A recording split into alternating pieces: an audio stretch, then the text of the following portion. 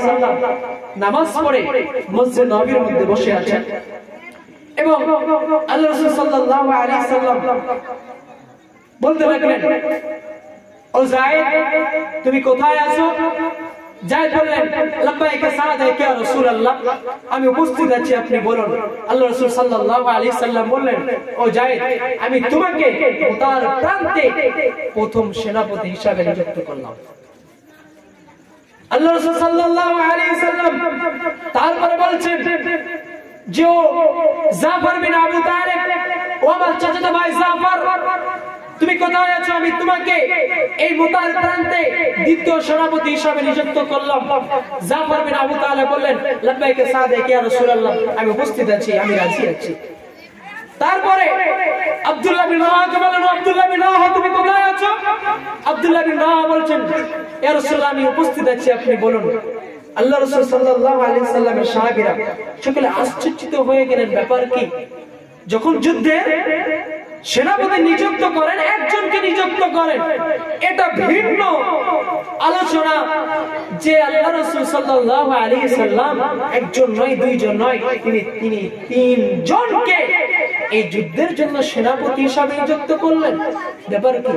মুনাফিকরা, যাদের নামগুলো বলা হয়েছিল, মুনাফিকরা বলছে, তুমি কার কথা শুনে জিহাদের ময়দানে যাচ্ছ?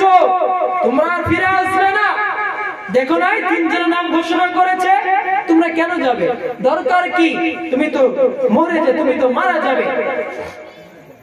যখন আল্লাহ রাসূল সাল্লাল্লাহু আলাইহি ওয়াসাল্লাম এই তিনজন সাহাবীকে ডাকলেন, বললেন, আব্দুল্লাহ বিন রাওয়াহ, ও জাফর বিন আবু তালেব, ও যায়েদ বিন হারিস, তোমরা কোথায় আছো? আমি তোমাদেরকে এই মুতার প্রান্তে তৃতীয় একজন করে তিনজনকে তৃতীয় সেনাপতি হিসাবে নিযুক্ত করলাম।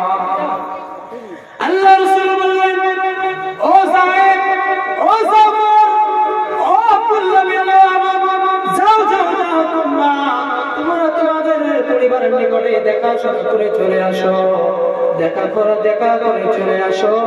যখন এই কথা বললে আল্লাহ রাসূল সাল্লাল্লাহু আলাইহি সাল্লামের সেই সাহাবীগণ বুঝতে পারলেন যে হয়তো আর দুনিয়াতে বাঁচব না। এই জন্য আল্লাহ রাসূল সাল্লাল্লাহু আলাইহি ওয়াসাল্লাম আমাকে আমাদের পরিবারের নিকটে দেখা করার জন্য বললেন। যায়েদকে বললেন, ও যায়েদ, তুমি চলে যাও, তুমি তোমার পরিবারের নিকটে দেখাশোনা করে আসো। যখন যায়েদকে বললেন, আল্লাহ রাসূলকে বললেন, ইয়া রাসূলুল্লাহ, আমি তো শৈশবকাল কৈশোরকাল আপনার কাছে অতিবাহিত করেছি, ছোট থেকে বড় পর্যন্ত আপনার কাছে ছিলাম। আপনি যদি আমার কথা, আমি যদি আপনাকে ছোট বড় কথা বলে থাকি, আপনি আমাকে মাফ করে দেবেন। তারপরে জাফর বিন আবু তালেবকে বললেন, ও জাফর, যাও, তুমি তোমার পরিবারের নিকটে দেখা করে চলে আসো, কারণ তুমি তো কিছুদিন পড়বে সেই সিরিয়া থেকে আগমন করে আসলে, তুমি তো তোমার পরিবারের নিকটে দেখাশোনা করনি। আল্লাহ রাসূল সাল্লাল্লাহু আলাইহি সাল্লামকে বললেন, ইয়া রাসূলুল্লাহ, আমি দেখা করতাম না, হয়তো আপনি আজকে আমাকে বললেন, এই জন্য আমি দেখা করতে যাচ্ছি। যখন তিনি চলে গেলেন, স্ত্রী ঘরের মধ্যে রয়েছেন, স্ত্রীকে সালাম দিলেন, সালাম তারপরে স্ত্রীকে বললেন, ও আমার প্রাণের স্ত্রী, তুমি শুনে নাও, আল্লাহ রাসূল আমাকে মুতার প্রান্তের মুতার যুদ্ধের জন্য দ্বিতীয় সেনাপতি হিসেবে নিযুক্ত করেছে। আমি তোমার নিকটে আসলাম, তুমি আমাকে বিদায় দিয়ে দাও। সেই দিন আর স্ত্রী বললেন, আমি তো বিদায় দেব, ভালো কথা, আমি তো আপনাকে জিহাদের ময়দানে যেতে মানা করব না, জিহাদের ময়দানে যেতে মানা করব না, কারণ আল্লাহ রাসূল সাল্লাল্লাহু আলাইহি সাল্লাম আপনাকে বলেছে।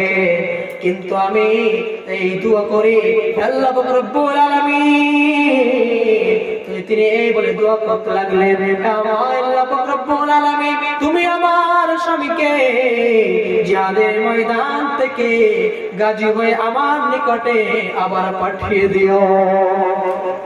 যখন এই দোয়া করতে লাগলেন, জাফর বিন আবু তালেব রাদিয়াল্লাহু তাআলা বললেন, ও আমার স্ত্রী, তুমি উল্টো দোয়া করো না, তুমি উল্টো দোয়া করো না।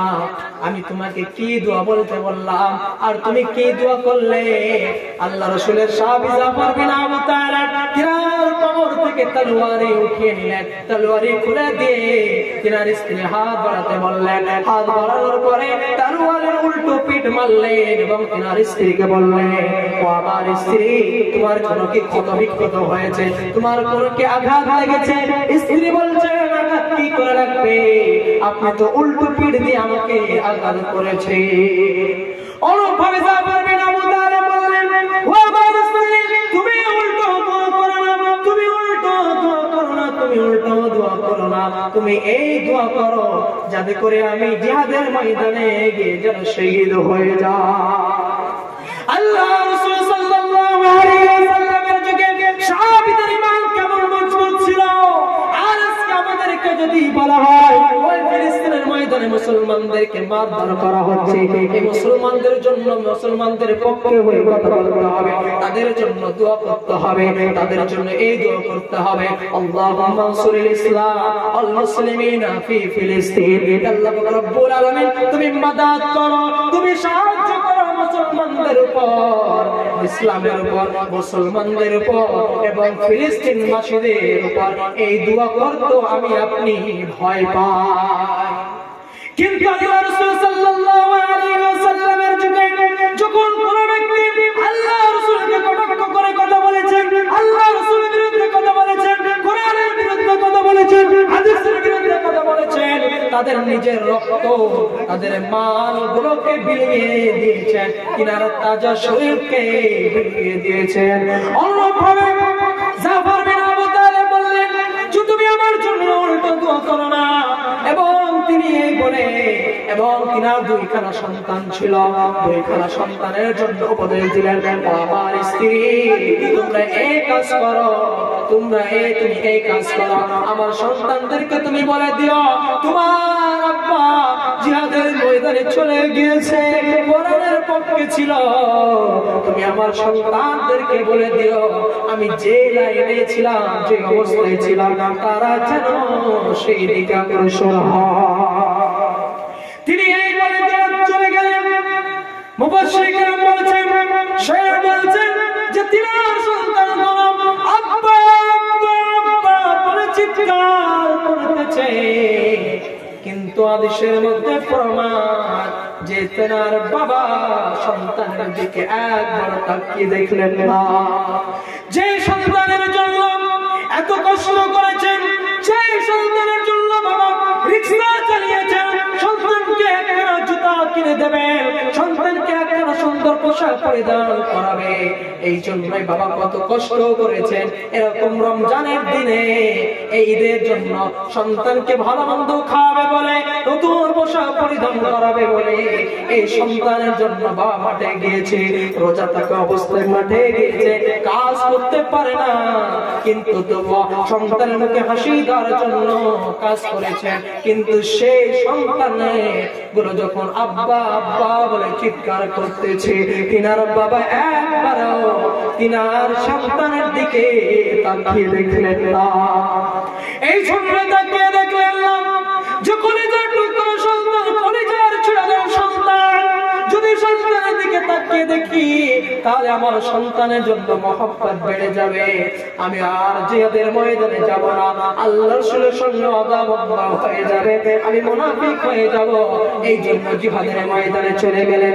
তারপর দ্বিতীয় সাহাবী জাফর বিন আবু তালেব, তিনি বিবাহ করেছেন সকালবেলায়, তার বছর হয়নি, তিনার সামনে স্বামীর সামনে স্ত্রী পরিচয় হয়নি, সে তিনার ঘরে অনেক লোক রয়েছে, কিন্তু যখন তিনার বাড়ির নিকটে গেলেন, বাড়ির মধ্যে ঘন্টা দিলেন, এরকম ভাবে আওয়াজ দিলেন, বললেন আসসালাম, সালাম দিলেন, বললেন ও আমার প্রাণের স্ত্রী, আমি তোমার স্বামী বলতেছি, তুমি আমাকে বিদায় দিয়ে দাও।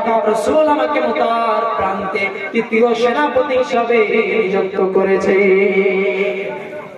তুমি আমাকে বিদায় দিয়ে দাও। আমাকে আল্লাহ রাসূল সাল্লাল্লাহু আলাইহি ওয়াসাল্লাম তৃতীয় সেনাপতি হিসাবে নিযুক্ত করেছেন। তিনার স্ত্রী বলছেন, ও আমার প্রাণের স্বামী, আমি তো আপনাকে মানা করব না, আপনি যান জিহাদের ময়দানে যান, কিন্তু আপনি ঘরের মধ্যে আসুন। আপনি একবার ঘরের মধ্যে আসুন।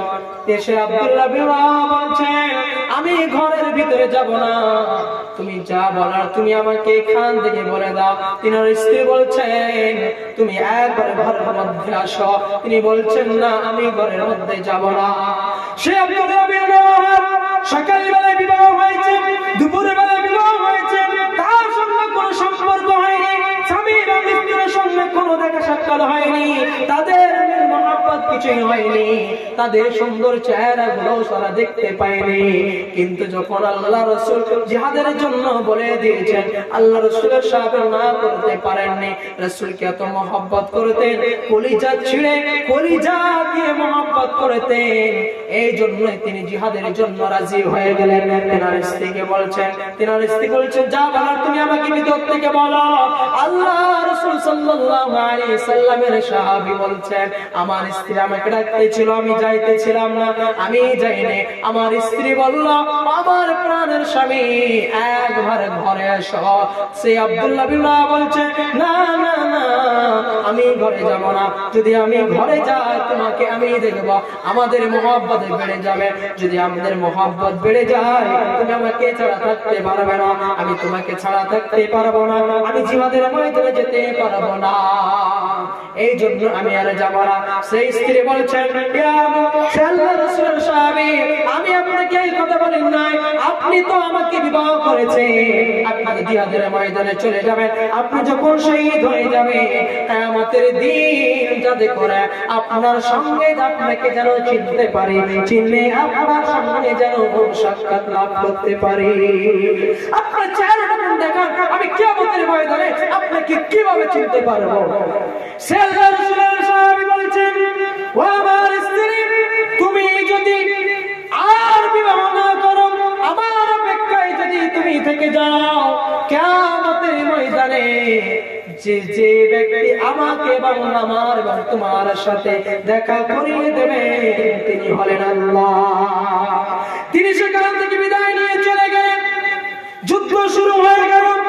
যুদ্ধ শুরু হয়ে যাওয়ার পরে প্রথম সেনাপতি যায়েদ রাদিয়াল্লাহু তাআলা আনহু, যায়েদ রাদিয়াল্লাহু তাআলা যুদ্ধ করতেছেন। যখন যুদ্ধ করতেছেন, যুদ্ধ করতে করতে যায়েদ রাদিয়াল্লাহু তাআলাকে মেরে দেওয়া হয়েছে। তিনি কালেমা উচ্চারিত করে আছেন। যখন মেরে দেওয়া হয়েছে, যখন কালেমার কথাটা কি নিজুব হয়ে যাচ্ছে, নিচে চলে আসছে, সেই জাফর বিন আবু তালেব, সেই পথে গিয়ে ধরলেন। জাফর বিন আবু তালেব যখন পতাকাকে ধরলেন, জাফর বিন আবু তালেব পতাকা ধরার পরে যখন তিনি পতাকা নিয়ে যুদ্ধ আরম্ভ করে দিলেন, অনেক ইহুদি রাশাদেরকে মারধর করলেন। তিনাকে যখন মেরে দেওয়া হলো, তিনি যখন শহীদ হয়ে গেলেন, তারপরে পতাকা ধরলেন আব্দুল্লাহ বিন রাওয়াহা। হাদিসের মধ্যে এসেছে, ঘটনার মধ্যে এসেছে, আব্দুল্লাহ বিন রাওয়াহা যখন ঝান্ডা ধরে আছেন, জিহাদের ময়দানে জিহাদ করতেছেন, তিনার হাতকে কেটে দেওয়া হলো, ডান হাতকে কেটে দেওয়া হলো, বাম হাতকে কেটে দেওয়া হলো, ডান পাকে কেটে দেওয়া হলো, বাম পাকে কেটে দেওয়া হলো। তিনি মুখের মধ্যে জড়িয়ে ধরলেন, পতাকাকে জড়িয়ে ধরে থাকলেন। পতাকাকে এত শক্ত করে, এত মজবুত করে এই পতাকাকে উত্তোলন করে আছে। আল্লাহ রাসূল কথা বলেছিলেন, এবং তোমরা জিহাদের ময়দানে চতুর্থ সেনাপতি হিসাবে তোমরা নিযুক্ত করে নেবে। যখন জাফর বিন আবু তালেব এত নির্মম ভাবে এত আঘাত লাগা হয়েছিল, তেনার শরীরকে টুকরো টুকরো করে দেওয়া হয়েছিল। টুকরো টুকরো করে দেওয়ার পরে তিনি মুখের মধ্যে কালেমা ইসলামের পতাকাকে জড়িয়ে রেখেছিলেন। যখন খালিদ বিন ওয়ালিদ রাদিয়াল্লাহু তাআলা দেখলেন, খালিদ বিন ওয়ালিদ দেখার পরে, খালিদ বিন ওয়ালিদ যখন দেখলেন, দেখার পরে তিনি দৌড়ে গেলেন। দৌড়িয়ে গিয়ে দেখছেন সে আব্দুল্লাহ বিন রাওয়াহা পুরো শরীরকে টুকরো টুকরো করে দেওয়া হয়েছে, এবং তিনি মুখের মধ্যে কালিমা নিয়ে আসে। যখন কালিমার পতাকাকে সেই খালিদ বিন ওয়ালিদ নিতে যাইতেছিলেন, যাওয়ার সময় যখন তুলতেছিলেন, তোলার সময় তিনার মুখ উড়ে যাচ্ছিল, যে মুখমণ্ডলের মধ্যে মুখের মধ্যে যে পর্দাটাকে ধরেছিল সে পর্দাটা ধরার না এত মজবুত করে ধরেছিলেন, যখন তুলতেছিলেন তিনার মুখ উঠতেছিলেন, তখন তারপরে সে খালিদ বিন ওয়ালিদ রাদিয়াল্লাহু তাআলা যে আব্দুল্লাহ বিন রাওয়াহকে বললেন, ও আব্দুল্লাহ বিন রাওয়াহ, তুমি পর্দা ছেড়ে দাও, আমি তৃতীয় সেনাপতির পরে চতুর্থ সেনাপতি নিযুক্ত করেছে, আমি খালিদ বিন ওয়ালিদ, তুমি পর্দা ছেড়ে দাও। পর্দা ছেড়ে দেওয়া হলো, আর সেই খালিদ বিন ওয়ালিদ রাদিয়াল্লাহু তাআলা পতাকা উত্তোলন করে জিহাদের ময়দানে জিহাদ করে জয় করে নিয়ে রাসূলের নিকটে যেতে আরম্ভ করলেন। আল্লাহ রাসূল সাল্লাল্লাহু আলাইহি ওয়াসাল্লাম তো ঘরে নেই, ঘরে জমুই নেই, প্রথমত গিয়েছেন যায়েদ রাদিয়াল্লাহু তাআলা এর কাছে, যায়েদ বিন উসামা রাদিয়াল্লাহু তাআলার কাছে গিয়ে উসামাকে ধরে আছেন, কোলের মধ্যে জড়িয়ে ধরে আছে উসামা, সেই যায়েদের সন্তানকে ধরে আছে, তিনার স্ত্রী সামনের মধ্যে আছে, তিনার স্ত্রীকে বলছেন, ও যায়েদ, উসামার মা, তোমার স্বামী আমি দেখতে পাচ্ছি, তোমার স্বামী জান্নাতের মধ্যে চলাফেরা করতেছে। তারপরে জাফর বিন আবু তালেবের নিকটে চলে গেলেন, জাফর বিন আবু তালেবের নিকটে চলে গেলেন, তিনার স্ত্রী এবং তিনার সন্তানকে দুই রাগের মধ্যে দুই সন্তানকে নিয়েছিলেন এবং বলতেছিলেন, একবার হাসতেছিলেন একবার কাঁদতেছিলেন এবং বলতেছিলেন, ও জাফর বিন আবু তালেবের সন্তান, ও ভাতিজারে, তোমরা শুনে না, তোমার বাবা আজকে শহীদ হয়ে গেছে এবং জান্নাতের মধ্যে ঘুরে বেড়াতেছে। তারপর আব্দুল্লাহ বিন ওমর বাড়ির নিকটে চলে গেলেন, চলে যাওয়ার পরে আব্দুল্লাহ বিন ওমর পরিবারকে বললেন, ও আব্দুল্লাহ বিন ওমর পরিবার, তোমরা শুনে নাও, আমি আমার স্বামীকে আব্দুল্লাহ বিন ওমরকে দেখতে পাচ্ছি, জান্নাতের যত হুর আছে তারা তাকে কাড়াকাড়ি করতেছে, তারা কাড়াকাড়ি করতেছে, এই জন্য একবার আল্লাহ রাসূল আসতেছেন এবং কাঁদতেছেন, এবং যখন জিহাদ হয়ে গেল, জিহাদ করে যখন ফিরলেন, আল খালিদ বিন ওয়ালিদ রাদিয়াল্লাহু তাআলা আসলেন, আসার পরে যখন দেখতে পেলেন না, আবার যখন জিজ্ঞেস করলেন চলে গেলেন, আল্লাহ রাসূলকে গিয়ে সালাম দিলেন, আল্লাহ রাসূল বললেন না, ও খালিদ বিন ওয়ালিদ, তোমরা কতজন মানুষকে হত্যা করেছো, কতজন মানুষকে এই দুনিয়া থেকে বিদায় করে দিয়েছো এবং কতজন শহীদ হয়ে গিয়েছে, এই কথা জিজ্ঞেস করলেন না। আল্লাহ রাসূল বললেন না, তোমরা জিহাদে জয় হয়েছো না পরাজয় হয়েছো, জিহাদের মধ্যে তোমরা জিতেছো না হেরেছো, এই কথা বললেন না। আল্লাহ রাসূল বললেন, ও আমার সাহাবীরা, ও খালিদ বিন ওয়ালিদ, এই জিহাদের ময়দানের সময়, যুদ্ধের সময় যে নামাজের সময় হয়েছিল, তোমরা কি নামাজ পড়েছিলে? আল্লাহ রাসূল সাল্লাল্লাহু আলাইহি ওয়াসাল্লাম বলেন যে তোমরা কি নামাজ পড়েছিলে? আল্লাহ রাসূল তো বলতে পারতেন, আল্লাহ রাসূল তো বলতে পারতেন যে জয় হয়েছে না পরাজয় হয়েছে, তোমরা এখানে এসেছো। আল্লাহ রাসূল সাল্লাল্লাহু আলাইহি ওয়াসাল্লাম বললেন যে তোমরা কি নামাজ আদায় করেছো?